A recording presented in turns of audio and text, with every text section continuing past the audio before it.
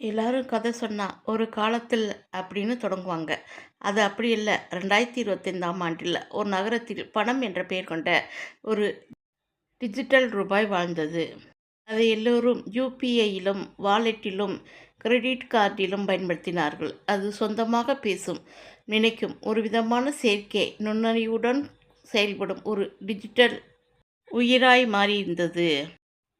பணம் பெருமையோடு பேசினது. நான் இல்லாமல் எதுவும் நடக்காது. வீடு வாங்க, கார் வாங்க, காதலிக்க கூட நான் தேவை. எல்லோரும் என்னால தான் மதிப்பு பெறுறாங்க என்றது. அதே ஊரில் நம்பிக்கை ஸ்டோர்ஸ் என்ற ஒரு கடை இருந்தது. அதை பாரம்பரியமாக நடத்தி கொண்டு வந்தார்கள். காசு இல்லாதவர்கள் கூட அந்த கடையில் பொருள் வாங்கி கொள்ளலாம். தேவையான பொருட்களை எடுத்துக்கொண்டு போய் பின் பணம் வந்தவுடன் கொடுக்கலாம். இல்லையென்றால் சேவை செய்து திருப்பி கொடுக்கலாம். அனைத்துமே நம்பிக்கையின் பேரில். பணம் அந்த கடையை பார்த்து ஏளனமாய் சிரித்தது. இது என்ன கேவலம்? நம்பிக்கையா? அதாவது ஃபைனான்ஸும் இல்லை, இன்வாய்ஸும் இல்லை. யாரும் கஷ்டப்பட்டு சம்பாதிக்கிற பணத்தை இப்படி சும்மா கொடுக்க முடியுமா என்று. அப்போது வெள்ளை வேஷ்டி சட்டையுடன் இருக்கும் கடையின் உரிமையாளர் கூறினார், நீயும் அவசியம்தானே பணமே.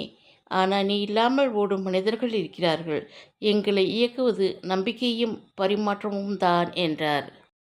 பணமில்லாத இடத்தில் மனிதர்கள் ஏமாற்றத்தால் அல்ல, நம்பிக்கையால் இணைகிறார்கள். இது கூட நம் முன்னோர்கள் கடைபிடித்த பண்டமாற்று முறைதான். தங்களிடம் இருப்பதை கொடுத்து தங்களுக்கு தேவையானதை வாங்கி செல்வார்கள். பணம் யோசிக்க ஆரம்பித்தது. அதற்குள் நகரத்துக்குள் ஒரு பெரிய பவர் ஷட்டவுன். இணையம் போனது. வாலெட்டுகள் முடங்கின. யுபிஐ வேலை செய்யவில்லை.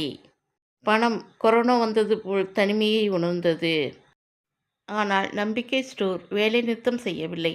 மக்கள் வந்தார்கள், ஜாமான்கள் வாங்கினார்கள், பின்பு சேவையளித்து திருப்பிக் கொடுத்தார்கள்.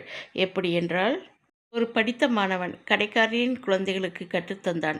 ஒரு பெண் தேவையான துணிகளை தைத்து கொடுத்தாள். ஒருவர் தூய்மை பணியில் ஈடுபட்டார். அங்கே பணம் இல்லாமல் வாழ்க்கை ஓடிக்கொண்டே இருந்தது. பணம் பிறகு தன்னைத்தானே கேள்வி கேட்டது. நான் முக்கியமா இல்லை நம்பிக்கை முக்கியமா என்று. அதற்கு பதில் கிடைக்காமல் இன்று வரை தேடிக்கொண்டிருக்கிறது. இந்த உலகம் பணத்தை சுற்றி நகர்ந்து கொண்டிருக்கிறது. ஆனால் நம்பிக்கையில்லாத பணம் வெறும் எண்கள்தான்.